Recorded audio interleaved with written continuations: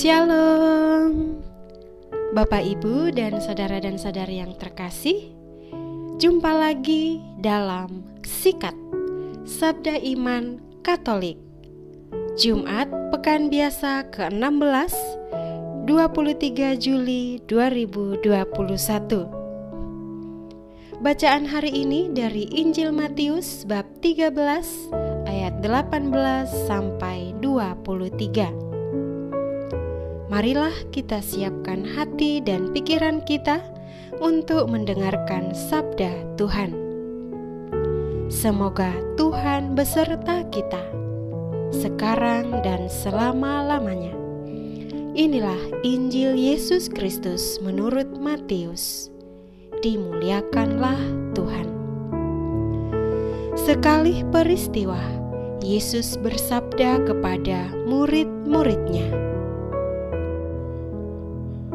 "Dengarkanlah arti perumpamaan penabur. Setiap orang yang mendengarkan sabda tentang kerajaan surga dan tidak mengerti akan didatangi si jahat, yang akan merampas apa yang ditaburkan dalam hatinya. Itulah benih yang jatuh di pinggir jalan.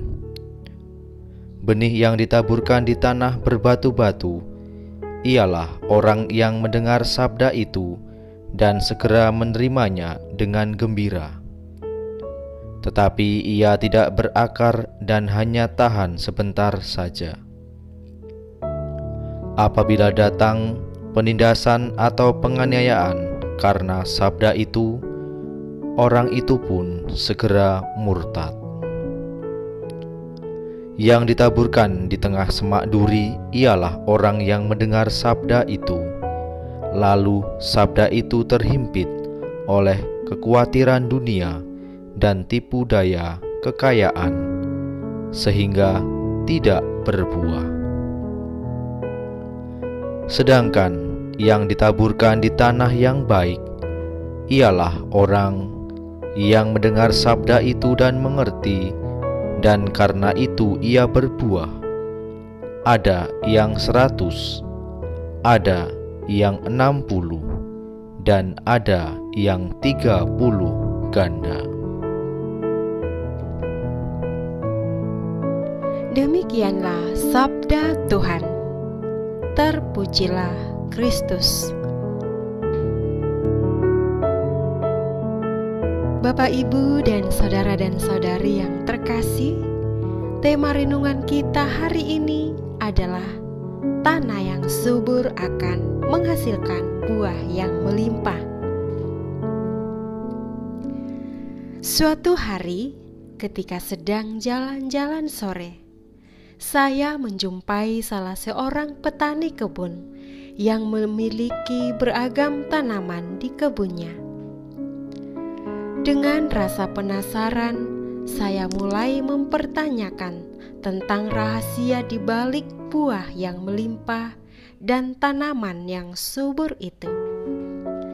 Sang petani lalu berkata, ia tidak memiliki rahasia khusus. Ia melakukan hal yang sama dilakukan petani pada umumnya. Hanya saja, itu semua ditambahkan ketulusan di dalamnya. Niatnya hanya satu, bahwa kelak hasil dari kebun itu bisa dinikmati banyak orang yang membutuhkan. Dan benar saja, setiap orang yang membutuhkan akan datang meminta kepadanya, dan mereka mendapat berkat, dan sang petani tersenyum dengan bahagia. Bapak, Ibu, dan saudara-saudari yang terkasih, salah satu kunci utama kesuksesan pertanian adalah lahan yang subur. Dan lahan yang subur tak akan bisa menghasilkan tanpa ada usaha dan cara yang tepat untuk menghasilkan buah yang diharapkan. Demikian halnya yang dialami oleh sang petani di atas tadi. Dalam bacaan Injil hari ini juga memperlihatkan kepada kita bahwa Yesus Kristus selalu setia mewartakan kerajaan Allah kepada siapa saja sesuai dengan konteks hidupnya. Dalam Matius 13 ayat 23 dikatakan bahwa benih yang ditaburkan di tanah yang baik ialah orang yang mendengar, mengerti, dan karena itu ia berbuah. Ada yang 100 kali lipat, 60 kali lipat, dan ada yang 30 kali lipat. Ayat ini mengingatkan kita agar kita menjadi tanah yang subur, agar benihnya bertumbuh, berkembang hingga berbuah masak. Untuk sampai pada proses menghasilkan buah, seorang petani pasti melewati suatu proses yang panjang. Misalnya, mulai dari menggemburkan tanah, mencampurkan tanah dengan pupuk, menanam, menyiram, dan berbagai perawatan lainnya sampai menghasilkan buah. Demikian juga dengan kita.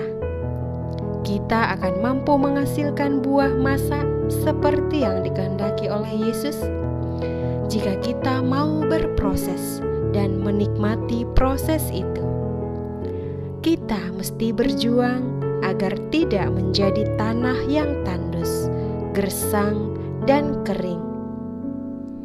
Kita mesti mengerti dan memahami serta melaksanakan sabda itu di dalam konteks hidup dan karya kita masing-masing.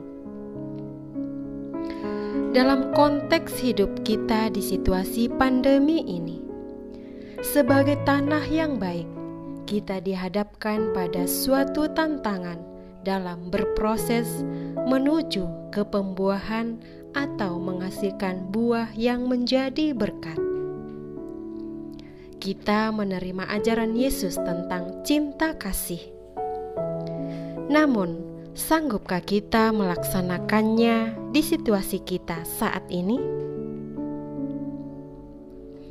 Bapak, Ibu, dan saudara-saudari yang diberkati Tuhan,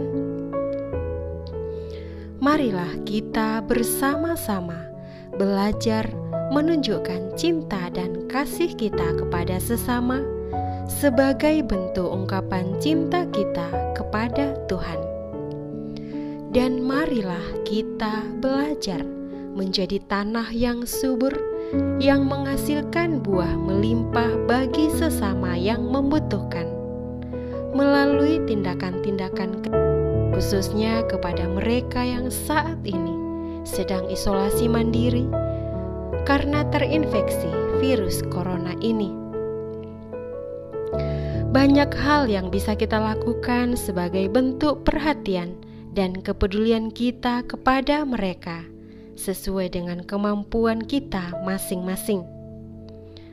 Contoh konkret yang bisa kita lakukan yakni memberi apa yang mereka butuhkan. Misalnya, memberi dukungan lewat media sosial, mengirimkan paket sembako, vitamin, masker, dan lain sebagainya. Menjadi pendengar setia, mendengarkan curahan hati mereka, mendoakan yang terbaik, dan memberikan kata-kata motivasi. Tuhan Yesus bersabda, "Sesungguhnya segala sesuatu yang kamu lakukan untuk salah seorang saudaraku yang paling hina ini, kamu telah melakukannya kepadaku." Matius 25 ayat 40. Bapak, Ibu, dan saudara-saudari yang terkasih, semoga renungan hari ini iman kita semakin diteguhkan. Amin.